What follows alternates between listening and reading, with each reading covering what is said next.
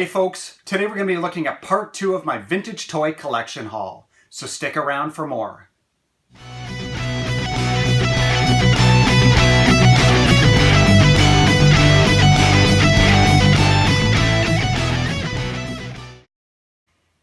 Hey guys, M here from Transformers and Video Games, and welcome back to the channel. As I mentioned in my intro, today we're going to be taking a look at part 2 of my vintage toy collection haul. If you watched part 1, then you already know that this collection was a mix of G1 Transformers, Gobots, select Converters, and a handful of toys from other toy lines that I may or may not be familiar with. So I might need your help identifying some of them. So sit back and enjoy, and as always, don't forget to like, comment, subscribe, and share this video. Okay, before we get into this, I just thought I'd show you a few of the pictures that were sent to me before I made the decision to buy this vintage toy lot. The story behind this purchase is that I was at a flea market chatting with a vendor about toys and told him that I'm a Transformers collector. He took down my phone number and said that he'd let me know if he came across any. A few weeks later he called and told me that his friend had just bought the contents of a house from someone who was downsizing and that he had a whole box of old Transformers toys and wanted to know if I was interested.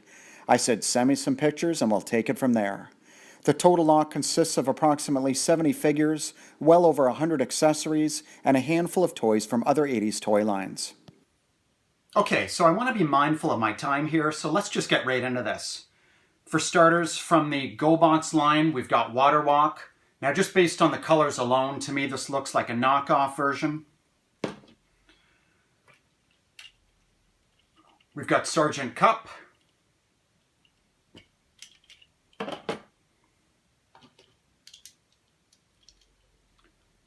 Spoons from the Gobots line. Another interesting play on words there since he's a forklift.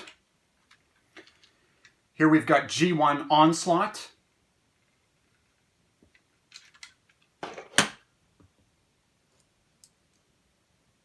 This looks to be a knockoff version of Gobots Loco, and the reason I'm saying that is because there's a sticker detail here.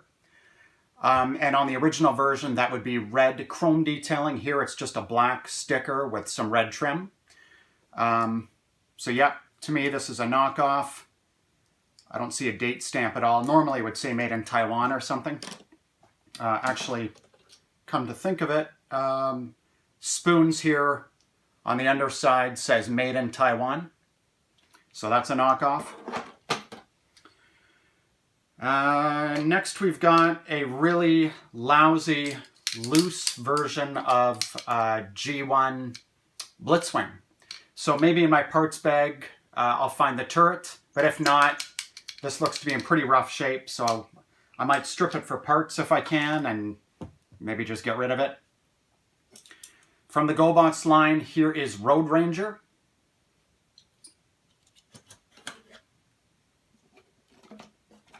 Couple more G1 Constructicons. I know in part 1 I showed Scrapper. I had 2 of them. Well, here's Long Haul and Bone Crusher.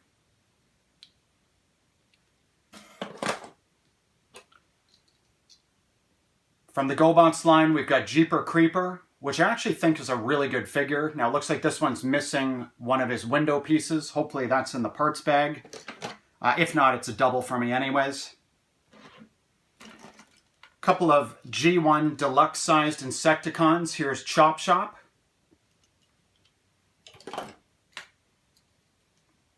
And another one here, Venom. If you want to see a couple of good recent reviews on these guys, check out my buddy Patriot Prime Reviews. He's done some recent, actually he did all the Insecticons recently, so that's definitely worth a look. From the Gobots line, here's another one of those monster Gobots that I believe is part of a combiner. Really cool one here. This is G1 Monster Bot Double Cross. Looking like he's in really good condition. Still good ratchet joints after all these years. That's the beauty of good quality when they do put the effort into some of these old figures. G1 Silverbolt here. Chrome's looking okay on the underside there. From the Super Gobots line, We've got their answer to Optimus Prime. This is, of course, Gobots Stacks. I love Gobots, but compared to Optimus Prime, this is deficient in most ways. But it's got a nice heft to it. It's a good quality toy, but the robot is pretty poor, if I'm being honest. Here's a figure that I'm going to need some help identifying, or a toy. I have no idea what this is. It does say on the underside, Coleco 1983. So if anybody knows what this is, then leave me a comment in the comment section. Oh, there we go.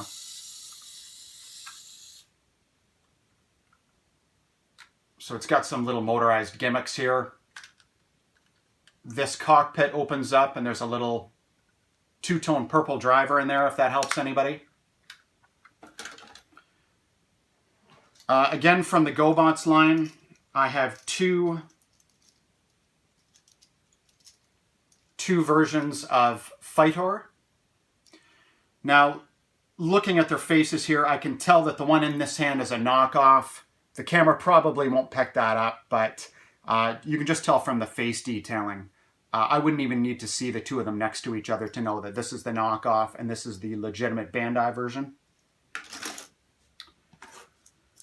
Here's one that people will see show up in their Walmarts if they haven't already. G1 Minibot Warpath.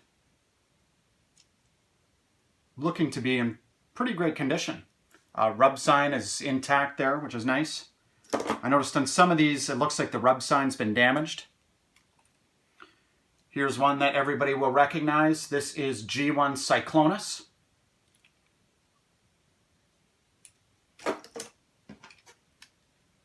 Here's one of the Target Masters. Funny color choices on this one. Almost like a mustard and ketchup color. I believe his name is G1, I'm going to say Sure Shot. Now, I know that I've got the Target Master for this because when I opened up the parts bag in the trunk of my car, that was actually one of the pieces that I held up from the bag. So I'm going to say that this is 100% complete because I don't think he came with anything else other than that Target Master. Next, we've got Kickback, one of the sort of scout-sized G1 Insecticons. From the Gobots line, we've got Buggyman, who I quite honestly think is a really good figure. I mean, I think he holds his own against G1 Beachcomber any day. I actually recently, and when I say recently, I mean Black Friday recently, I was at a flea market and I actually bought the orange variant of this. So it's nice to actually have the blue variant now in my collection. And it looks to be in pretty fantastic condition. So I'll inspect it a little bit more closely later just to figure out if it's a knockoff or not. But I mean, either way, it's just a cool piece to have in the collection. Got a couple of G1 cassettes.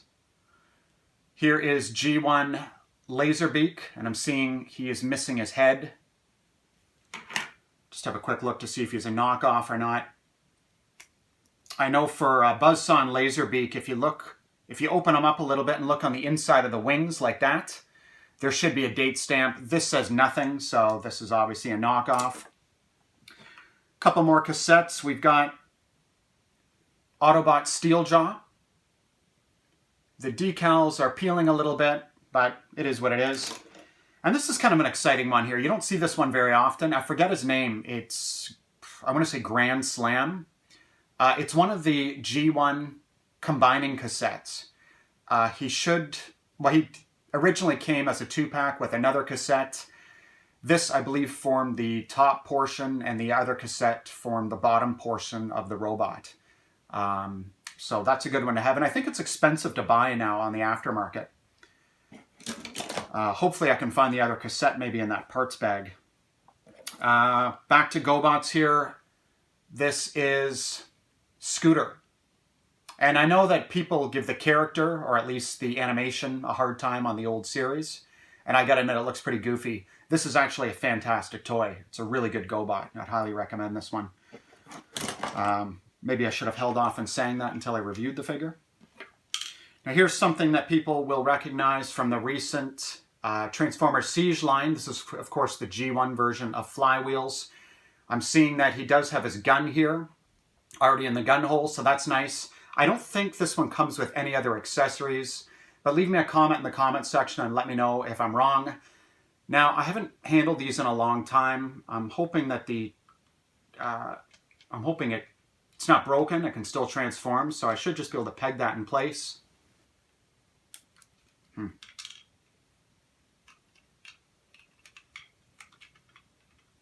These should just attach, peg into place. There we go. And there he is transformed. So that's pretty good that that still works after all this time. I mean, these G1 Transformers are pretty robust. At least these ones were. I know kids had some problems with some of the early Autobots. Like I know Prowl and Jazz and some of them, you know, the doors would break off and stuff like that. But these ones here, I think you could toss them around pretty good and you'd be okay. From the Gobots line, we've got the blue variant of Dive Dive, which is very cool. I recently picked this up as part of my Transformerland carded Gobots haul recently. So I've got the blue variant carded, now I've got a loose one. And if anybody watched part 1 of my of this particular video, I got the gray variant in that video. Here are 2 figures that I'm going to need some help identifying. I have no idea what this is. It's a little tank. On the bottom it says Stomper. Now I did take the liberty, there's a battery compartment here, so I've added a battery to it and there's an on-off switch on the bottom here that I'm just going to select. And I was expecting those tank treads to move and they haven't. But what it has done is turned on a little light at the back, so I guess the electronics in this thing are only partially operating. And real quick, here's another thing. I don't know what this is.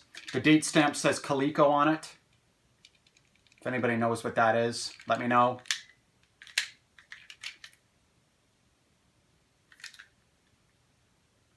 Yeah.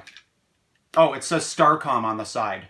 So, not a line of toys I'm familiar with, but it is what it is. From the G1 clones, we've got Pounce. I didn't see a wingspan here, so I guess it's just the one. G1 Blur. And just feeling it in my hand, this might actually be, because I have this figure, this might be another one of those upgrades. I mentioned in my previous video that Weird Wolf, the one that I got in this lot, is an upgrade, I believe, from the one that I've got on display here. I think that Blur, mine might have a really loose arm or something like that. This one feels like it might be a little bit more solid. From the Gobots line, we've got Slicks. This is actually, or at least the all yellow version of this, is the very first review that I did on this channel. So I shudder to think what that review was like.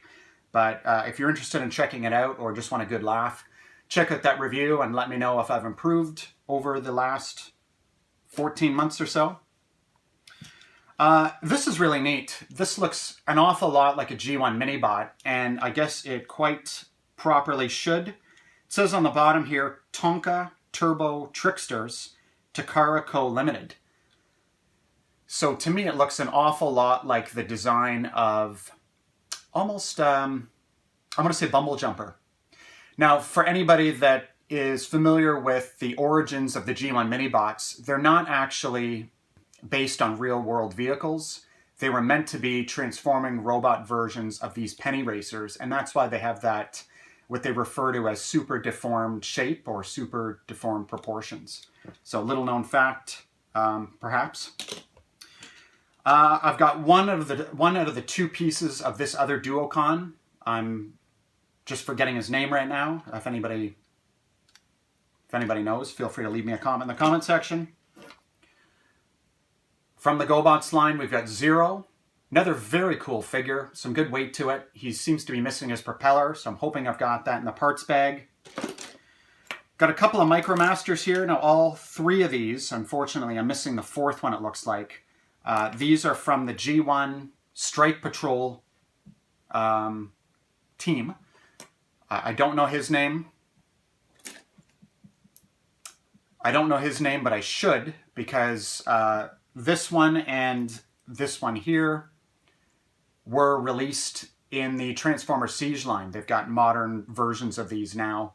One of them was Visper, I think, but those might be brand new names. I'm not 100% sure. So if anybody knows, again, just to throw a name out there, I know my buddy Patriot Prime reviewed all of these G1 Micromasters on his channel. So if you actually want to know the names and see how they transform, he's done some really great, actually he did all the Micromasters. Alright guys, that's it for my vintage toy haul, so I think I'm going to leave it at that for today. Thank you very much for checking out the video. If you haven't had an opportunity to check out part 1 yet, I'm going to be leaving a link for it in the description. Check it out if you have any interest, and leave me a comment in the comments section. Let me know what you think of this entire toy haul, if you think there are any standouts here that you want to mention. And I'm also curious to know which of the 2 parts you think had the better figures, parts 1 or part 2. Anyways, thanks again for watching, everybody. Take care. Okay, just as a little bonus for anyone who watches my videos right to the end, I thought I'd leave you with a group shot of most of the figures that were included in this toy lot. There's a handful of toys that I just didn't have room for on the table here, but this is most of them. I think they look pretty terrific together.